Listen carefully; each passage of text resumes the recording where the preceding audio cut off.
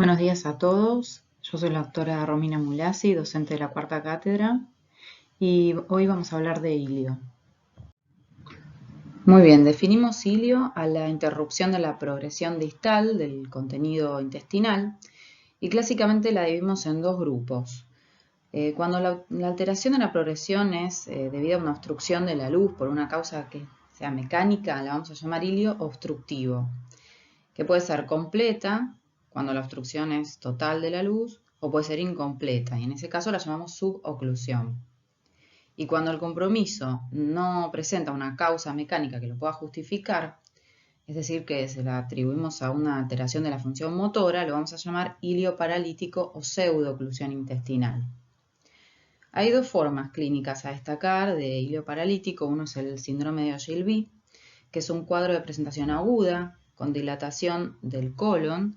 En general es dilatación del ciego, puede comprometer también colon transverso y puede deberse a múltiples causas quirúrgicas, traumáticas, hipotiroidismo, causas infecciosas, y hay que hacer diagnóstico diferencial con ilio mecánico.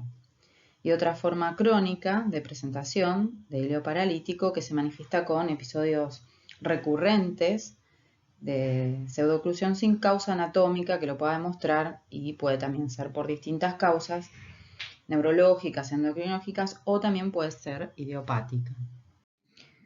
El ilio es un cuadro clínico que observamos en forma frecuente en la práctica clínica y que es difícil su diagnóstico, no solo diferenciar a veces la presencia entre ilio mecánico y paralítico, sino que también definir la causa, ¿no? Cuál es la etiología, y eso nos lleva a demorar el diagnóstico y demorar también la conducta terapéutica. Y su diagnóstico etiológico es difícil porque la mayoría de los cuadros abdominales agudos se manifiestan con ilio y muchas patologías pueden causarlo. Epidemiológicamente representa el 1 a 3% de todas las hospitalizaciones y casi un 25% de las hospitalizaciones urgentes en pacientes de cirugía.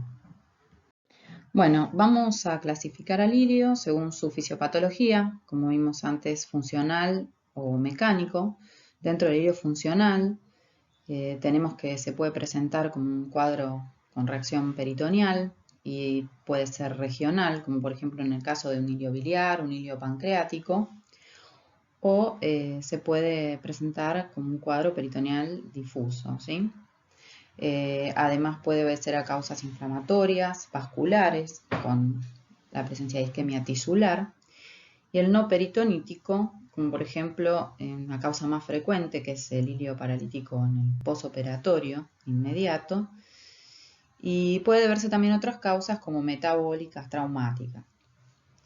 El ilio mecánico lo podemos clasificar como simple cuando no hay compromiso de la vasculatura, o estrangulante con la presencia de isquemia. En este cuadro podemos ver algunos ejemplos más de las causas, tanto de ilio paralítico como de ilio mecánico. En el ilio paralítico, bueno, recordar el cuadro en el postoperatorio inmediato, tener presente siempre causas tóxico-metabólicas también, un paciente con sepsis, un paciente que consume opiáceos, puede presentar un cuadro de ilio paralítico. Y en cuanto al ilio mecánico, tenemos que tener presente también que hay causas que producen una obstrucción simple desde la pared hacia la luz, causas intrínsecas propias de la pared, como por ejemplo la infiltración neoplásica, y también las causas extrínsecas, con dentro de ellas la formación de bridas en el posoperatorio como una causa bastante frecuente. Bueno, para comprender un poco la fisiopatología en un cuadro de una obstrucción mecánica, lo primero que se va a producir es un aumento de la contractilidad en dirección proximal y distal a la obstrucción. La peristalsis va a disminuir en función de la dilatación a partir del punto proximal de la obstrucción, y obviamente se va a llenar de secreciones gastrointestinales y de aire. La dilatación va a ir progresando va a ir aumentando la presión intraluminal, que cuando excede la presión venosa va a obstruir el drenaje, tanto linfático como venoso. Esto va a provocar hipoxia y edema en la porción proximal a la obstrucción, que posteriormente va a comprometer la irrigación y generar isquemia, necrosis y un cuadro progresivo. La deshidratación en el paciente se va a producir por la pérdida de capacidad de absorción y porque se va a ir acumulando líquido en la pared además. Esto se agrava con presencia de vómitos, porque los vómitos van a causar pérdida de cloro, pérdida de hidrogeniones, potasio, y va esto a estimular la reabsorción de bicarbonato a nivel del túbulo contorneado proximal.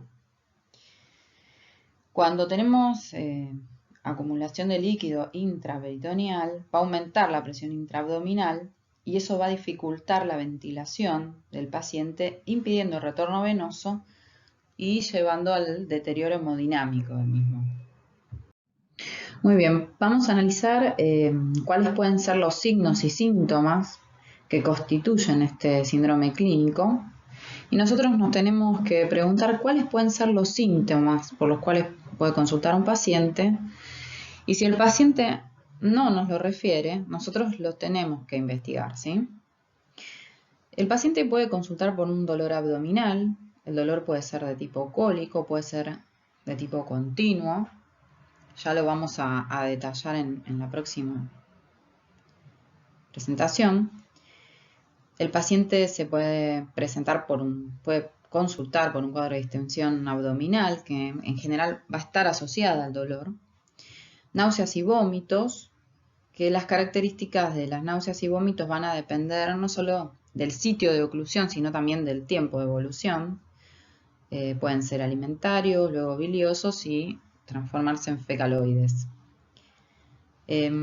Otro motivo de consulta puede ser la constipación, la ausencia de eliminación de gases, que esto se puede ver durante la evolución y al principio puede aparecer como un cuadro de diarrea o de eliminación de escasa materia fecal, que es la que queda alojada debajo de la obstrucción.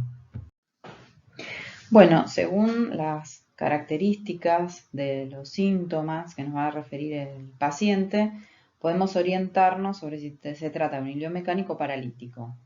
Por ejemplo, el dolor en la obstrucción mecánica es un dolor de tipo cólico que es muy intenso, sobre todo cuando empieza el cuadro, y esto refleja el peristaltismo de lucha, ¿no? El intestino tratando de vencer la obstrucción. En cambio, en la pseudooclusión, el dolor en general es de menos intensidad, es generalizado, es constante y se relaciona en general con la causa que lo está produciendo. Las náuseas y vómitos en el ilio mecánico van a tener características e intensidad que van a depender del nivel de la obstrucción y también del tiempo de evolución. Cuando la obstrucción es alta, por ejemplo, predominan náuseas, vómitos y la distensión es menor, y cuando es baja hay mayor distensión y los vómitos que podemos observar pueden ser vómitos fecaloides inclusive.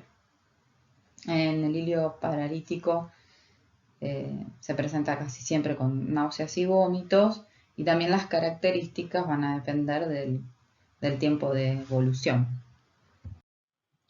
Por otro lado, tenemos que pensar en otra sintomatología que nos puede referir el paciente que tiene que ver por ahí con la etiología o con complicaciones del cuadro.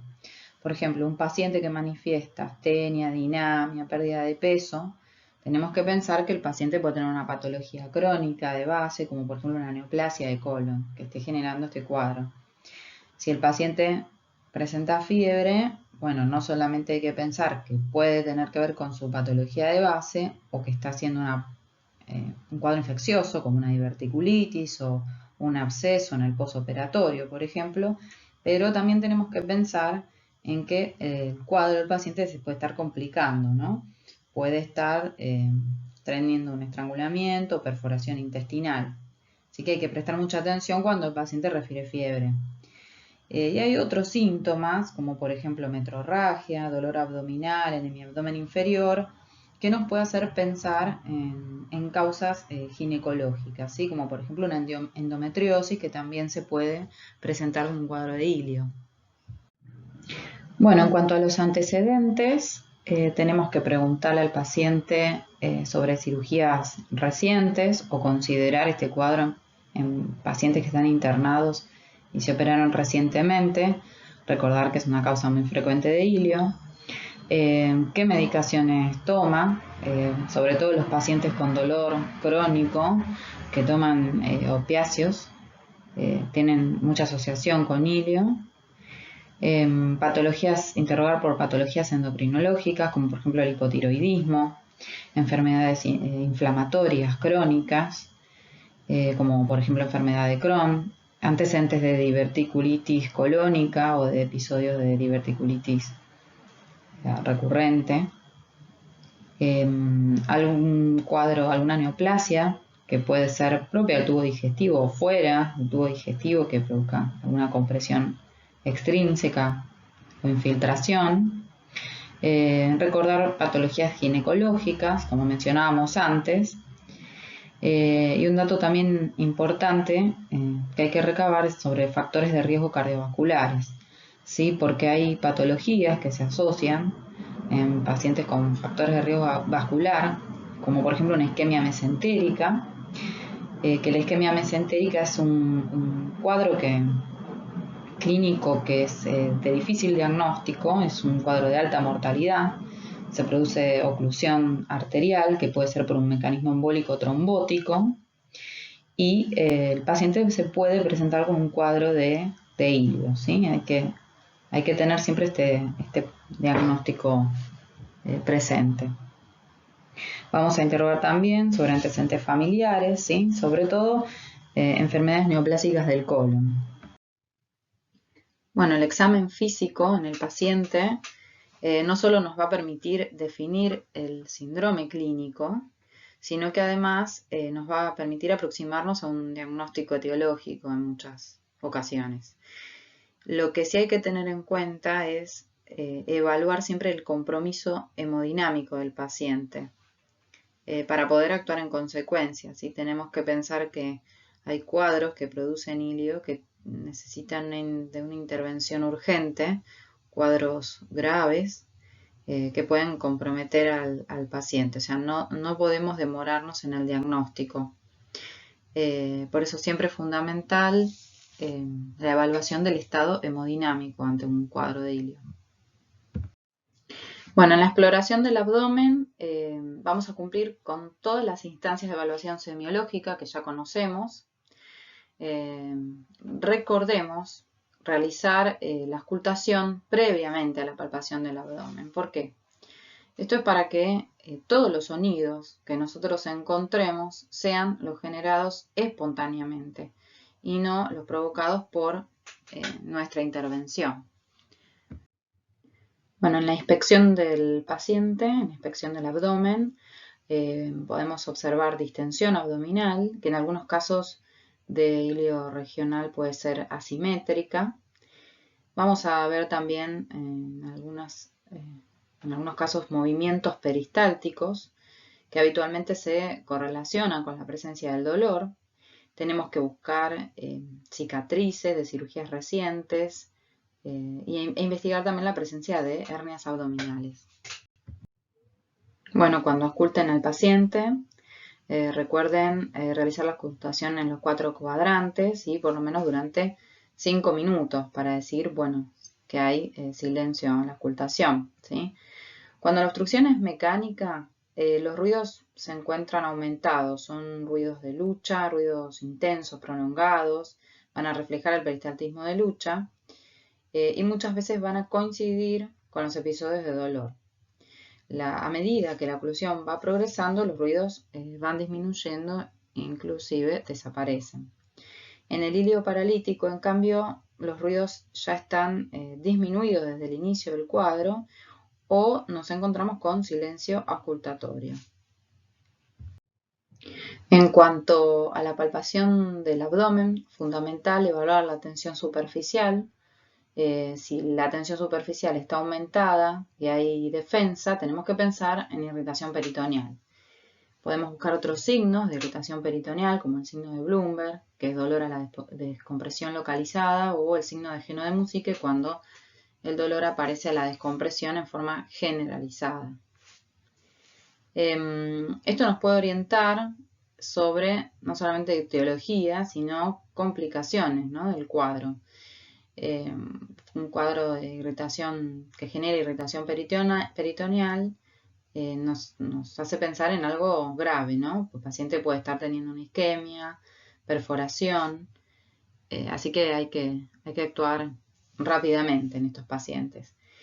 También podemos evaluar en el abdomen la presencia de hernias, de masas que pueden corresponderse a neoplasias, abscesos, diverticulitis complicadas, bueno, muchas patologías. La percusión del abdomen va a adquirir importancia en la presencia de distensión abdominal porque el incremento de contenido gaseoso va a generar un aumento del timpanismo y esto hay que diferenciarlo de la presencia de líquido, es decir, de ascitis, como así también de presencias de tumoraciones, visceromegalias que van a dar un cuadro de matidez. Hay que recordar que en la ascitis el límite superior de la matidez es cóncavo hacia arriba, en el globo vesical y en los grandes quistes o miomas uterinos, así como en el embarazo, la matidez tiene convexidad hacia arriba. Hay otros signos que tenemos que buscar que nos permiten aproximarnos a la etiología o a las complicaciones, como por ejemplo un paciente que tiene palidez cutánea mucosa, pensar en un cuadro neoplásico asociado o como causa, un paciente con ictericia, que puede ser una manifestación en el contexto de un hilio de una patología pancreática, una patología biliar, signos de desnutrición y de deshidratación, y buscar parámetros hemodinámicos, como dijimos anteriormente, parámetros vitales del paciente para evaluar el estado de gravedad del mismo. Dentro de los estudios complementarios podemos solicitar un laboratorio. Ahí podemos encontrar hallazgos relativos a la patología desencadenante y otros relacionados con la evolución del cuadro. Por ejemplo, si el paciente se presenta con anemia, uno puede pensar en una neoplasia colónica como causa. Si el paciente tiene una caída del hematocrito, uno puede pensar en que está cursando una hemorragia intraabdominal. Si se asocia con leucocitosis, hay que pensar no solo en que puede haber hemoconcentración por los cuadros de deshidratación y vómito, sino que hay que pensar también en infecciones asociadas o causas, como por ejemplo abscesos, diverticulitis. Vamos a pedirle un estado ácido-base y un ionograma para evaluar el medio interno. La presencia de vómitos nos pueden dar alcalosis metabólica con hipopotasemia. En la acidosis metabólica puede producirse por la presencia de un tercer espacio, por sepsis o pensar también en isquemia intestinal. Puede haber también por deshidratación, deterioro de la función renal. Es importante solicitar el LDH, ya que su aumento nos puede hablar de isquemia intestinal. Dentro de los estudios complementarios vamos a solicitar radiografía simple de abdomen, un estudio que no puede faltar en un paciente con hilio. Solicitamos una radiografía en decúbito supino, otra en posición de pie, o si el paciente por su estado hemodinámico no puede ponerse de pie, en decúbito lateral izquierdo, ¿sí? Esto nos va a permitir observar la presencia de niveles hidroaéreos, como también de aire libre dentro de la cavidad. Tenemos que solicitar también una radiografía de tórax. Ahora vamos a ver su utilidad. La radiografía de abdomen simple, recuerden, debe ser completa en inspiración. En una radiografía normal se va a observar la distribución del aire dentro de las asas. La distribución en general va a ser en forma periférica en el colon y el contenido propio se ve de aspecto moteado. Bueno, ¿qué es lo que vamos a buscar en una radiografía simple? En el primer caso tenemos un paciente con un hilio paralítico. La radiografía es en decúbito supino y vamos a ver la distensión generalizada de las asas, aunque en algunos casos puede verse la distensión en forma localizada, por ejemplo en el caso de alguna patología pancreática o biliar, lo que se conoce como asa centinela. Además, en una radiografía en decúbito supino podemos buscar la presencia de masas intraabdominales, delimitar a los músculos psoas y buscar también sombras retroperitoneales o masas renales. La imagen de la derecha se corresponde con una radiografía de abdomen de pie en un paciente con hilio mecánico. Ahí vamos a ver los niveles hidroaéreos, hay distensión de asas proximales a la lesión y disminución a nivel distal. ¿Sí? Hay falta, a nivel distal hay falta de aire, de gas. En este caso vemos una radiografía simple de abdomen de pie de un paciente con hilio mecánico. Vamos a ver con las flechas de color amarillo los pliegues de la mucosa. Se ven las válvulas conniventes del intestino delgado con pliegues transversales que se extienden en todo el diámetro del asa, que esto normalmente no ocurre así. Se observan además niveles hidroaéreos, los podemos ver con la flechita de color azul. A nivel del colon, las austras colónicas no se extienden en todo el diámetro del asa, que es lo que generalmente ocurre, y se observa contenido propio de aspecto moteado señalado con la flecha de color rojo. La imagen de la derecha se corresponde a un vólvulo de sigma. Recuerden que se produce una torsión sobre el eje mesentérico a nivel, en este caso, del sigma. Eso produce una gran dilatación de las asas y da una imagen característica, que es la que se ve acá en la radiografía, que se llama imagen en grano de café. Es importante hacer diagnóstico de vólvulo de sigma porque es una patología que necesita resolución inmediata, es una emergencia porque se puede producir isquemia y lesión con isquemia y necrosis de la pared intestinal. Bueno, en este caso las imágenes se corresponden a una radiografía simple de abdomen en decúbito lateral izquierdo, la primera, y la que está a la derecha es una radiografía de abdomen simple de pie. Vamos a observar con la flecha verde los niveles hidroaéreos y con la flecha roja una imagen que se conoce como imagen en collar de perlas. Lo pueden encontrar también como imagen en pila de monedas y da una forma más alargada, que es una imagen que se produce por acúmulo de gas en las asas de intestino delgado, atrapadas entre las válvulas conniventes a lo largo de toda la pared intestinal. Es un signo que es un signo sensible, pero en realidad es poco específico para obstrucción intestinal. Se pueden llegar a ver en otras patologías. Siempre uno, cuando encuentra imágenes radiológicas, recuerden, tienen que relacionarlo con el contexto clínico del paciente. Bueno, estas imágenes se corresponden a un paciente con diagnóstico de neumoperitoneo. En el caso de la imagen A es una radiografía de abdomen simple en decúbito supino. Vamos a observar señalado con la flecha roja hiperclaridad por fuera de las asas intestinales. En la segunda imagen, en la B, también con flecha roja, vemos las cúpulas diafragmáticas y el aire abdominal que están debajo de ella. Esto es indicativo de aire libre en cavidad, es decir, de neumoperitoneo. La radiografía de tórax debe pedirse siempre. Nos permite evaluar la presencia de aire libre infradiafragmático, que no siempre puede verse en la radiografía de abdomen, como vimos en las imágenes anteriores.